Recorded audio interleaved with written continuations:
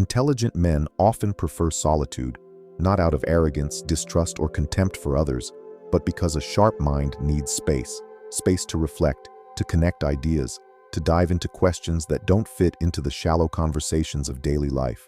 They seek depth in a world that celebrates the surface, and in that contrast, discomfort arises in the masses. When an intelligent man steps away, he breaks a pattern, the pattern of constant socialization, mutual validation, and the exchange of superficialities. His silent absence is unsettling because it reveals something, that maybe the collective noise isn't a sign of wisdom, but a form of escape. For these men, solitude is not a prison, it's freedom. And nothing is more unsettling than someone who finds freedom without depending on others. Most people seek company not out of love, but out of fear of being alone. The intelligent, however, have discovered that silence is an ally, not an enemy. This kind of man feels suffocated in environments where common sense rules. He can't stand trivial conversations, unquestioned rules, automatic routines. He would rather walk alone than follow a blind crowd. Yet this behavior is often seen as a threat. Society values belonging, the group, the consensus. So the one who thinks differently, who isolates himself to think more clearly, is quickly labeled as strange, arrogant, or antisocial. But in truth, he is simply tuned into a frequency others can't hear. He is aligned with introspection, critical thinking, fertile silence. What disturbs people about intelligent individuals who choose solitude isn't what they say. It's what their choice reveals, that it's possible to exist fully without needing anyone's validation. And that breaks the game of conformity. The solitude of the intelligent is a mirror that exposes the restlessness of those who've never learned to be alone with themselves.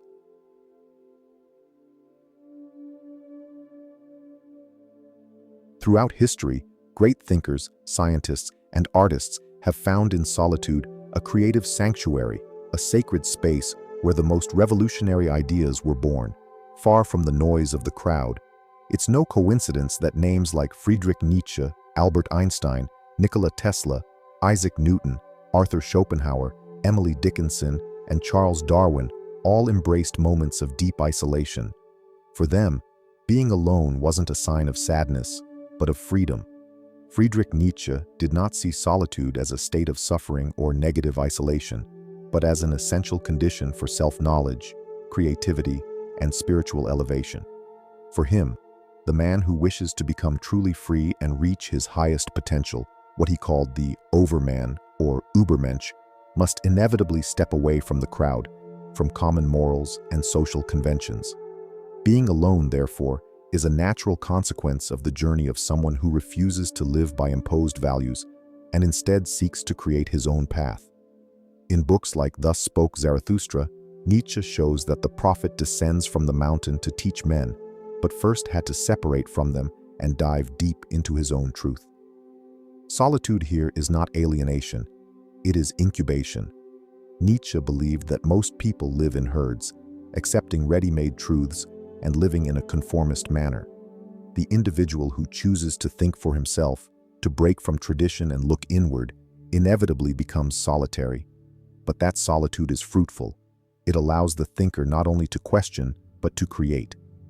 The path of the creator passes through solitude, he said, suggesting that the true value of solitude lies in its ability to separate the individual from society's superficial distractions. Only in silence and isolation can one hear their inner voice, the one Nietzsche believed holds the deepest truths about who we are and what we can become. To be alone for him is to be in touch with the essence of existence. However, this Nietzschean solitude is not easy. It requires courage to face the void and the fear of insignificance. The average man seeks the crowd's noise to escape the confrontation with his own soul, but the superior man confronts the inner darkness, embraces the silence, and emerges with a renewed vision of life. Nietzsche did not romanticize this process. He knew it was painful and sometimes maddening, but he also believed it was necessary. Solitude, in his philosophy, is the laboratory of the strong spirit, the one who needs no approval, who does not fear rejection, and who can create value where once there was only chaos. "Become who you are," he wrote. but becoming who you are inevitably requires being alone.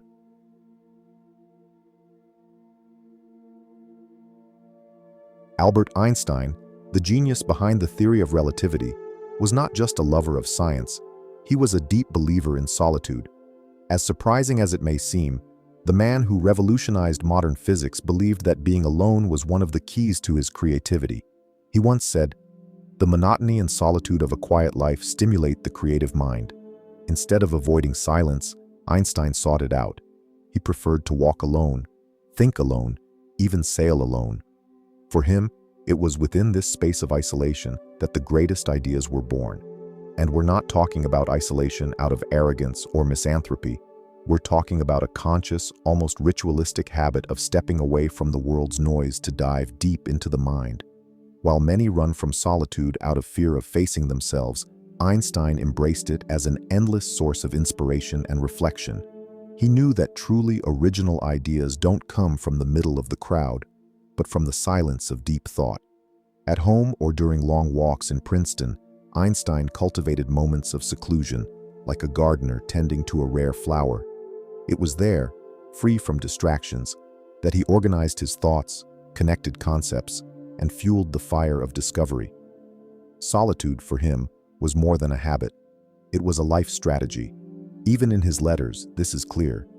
He often wrote about the importance of disconnecting from overstimulation and pursuing a simpler, more inward-focused life.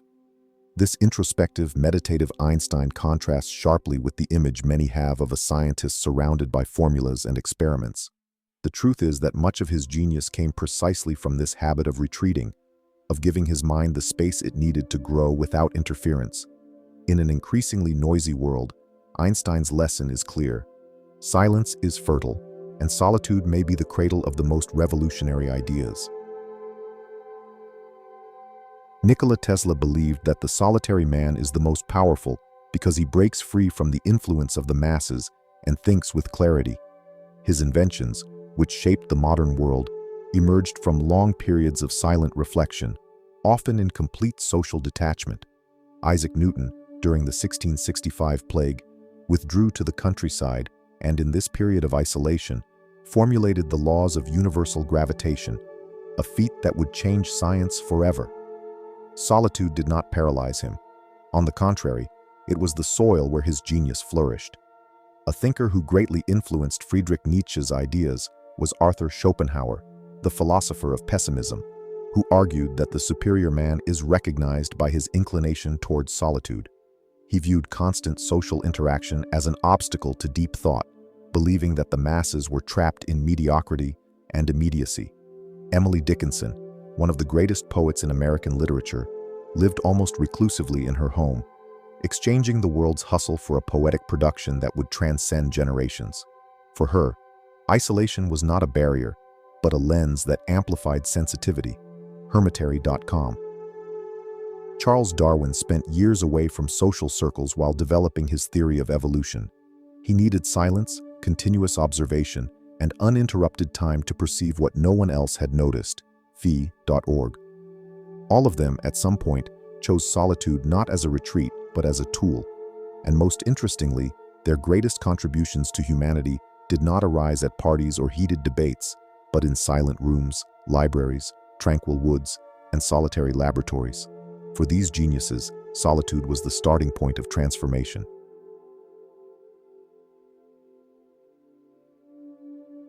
Alan Watts, the British philosopher who translated Eastern thought for the Western world with almost poetic clarity, had a profoundly spiritual and revealing view of silence. For him, silence was not just the absence of sound, it was a living presence, a space where truth manifests without words. Watts said that silence is the background of everything that exists, the backdrop where all sounds, thoughts, and movements happen. It is in silence that life reveals its purest, most authentic nature. He compared the human mind to a lake. When the surface is agitated, everything becomes confused and distorted. But when the lake is calm, reflecting the sky, then it is possible to see the bottom clearly. Silence, for Watts, was exactly that state of clarity, a necessary pause for consciousness to perceive reality without the constant interference of language and rational thought. According to Watts, modern society fears silence.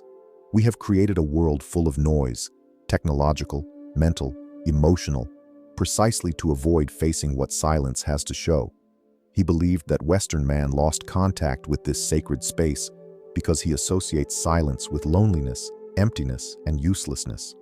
But Eastern thought, which he so admired, sees silence as a master. Watts said that when you truly silence, not just the mouth but the mind, then you begin to hear the music of the universe. It is in this state of deep listening that the ego dissolves and the human being experiences the totality of the now. He taught that silence is not something to be filled, but something to be felt, lived, explored. It is in silence that the mind stops chasing answers and begins to understand that the very question already carries everything necessary.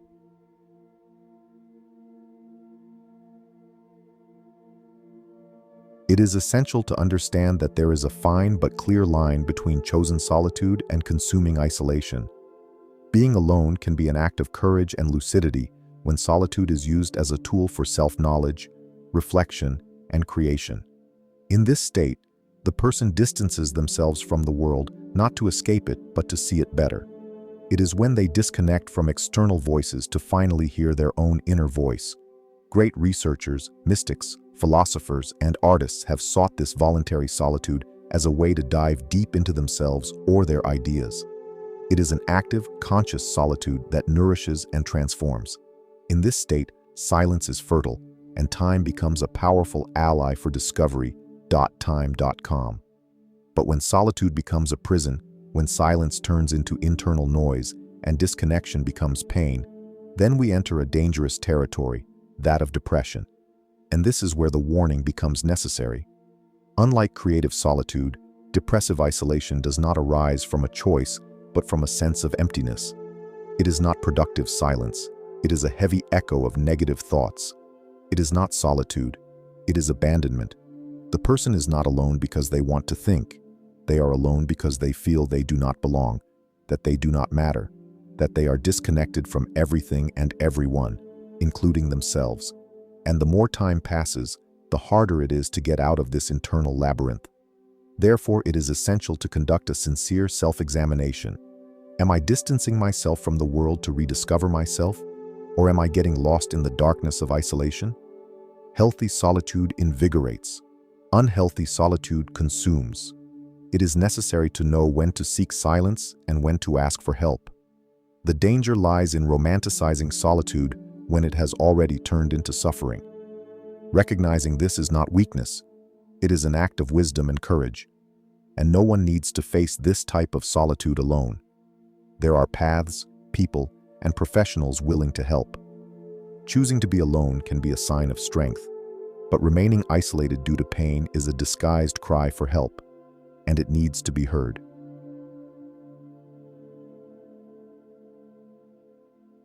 Solitude, when well understood, is one of the most powerful tools for inner growth that a human being can experience. But there is a crucial point. It must be used as a search for answers, not as an escape from the world. Being alone by choice is an act of profound maturity. It is the moment when we decide to face ourselves without masks, without distractions, without applause. It is there, in the absence of noise, that the most challenging questions emerge. Who am I? Swing. What am I doing with my life? What truly matters to me? Solitude in this case is not cowardice. It is courage. Courage to face the mirror of one's own consciousness and walk through one's own shadows. Many avoid this journey because they fear what they will find. But those who dare to enter this silent territory come out of it with a clarity that the noise of the world never offered. True transformation begins the moment we choose silence not to escape life, but to understand it. Using solitude as an escape is a poison disguised as relief. It is when the person distances themselves from the world not to grow, but to hide. They do not want to find answers. They want to avoid questions. They do not want to look at themselves. They want to erase everything around them. It is an anesthesia that gradually turns into paralysis. But solitude used as a path to self-discovery is entirely different. It is active. It is intentional. It is the space where one reads more, writes more, meditates more, lives with more presence. It is the sacred interval between who you were and who you are becoming. And it takes discipline not to confuse this journey with emotional isolation. The conscious solitary does not close themselves off from the world. They just withdraw for a time to return more whole. The key lies in intention. If you seek to strengthen yourself, grow, understand yourself, and evolve, solitude is a temple. But if you just want to anesthetize yourself, then it becomes a prison. Never use solitude to escape yourself. Use it to rediscover yourself.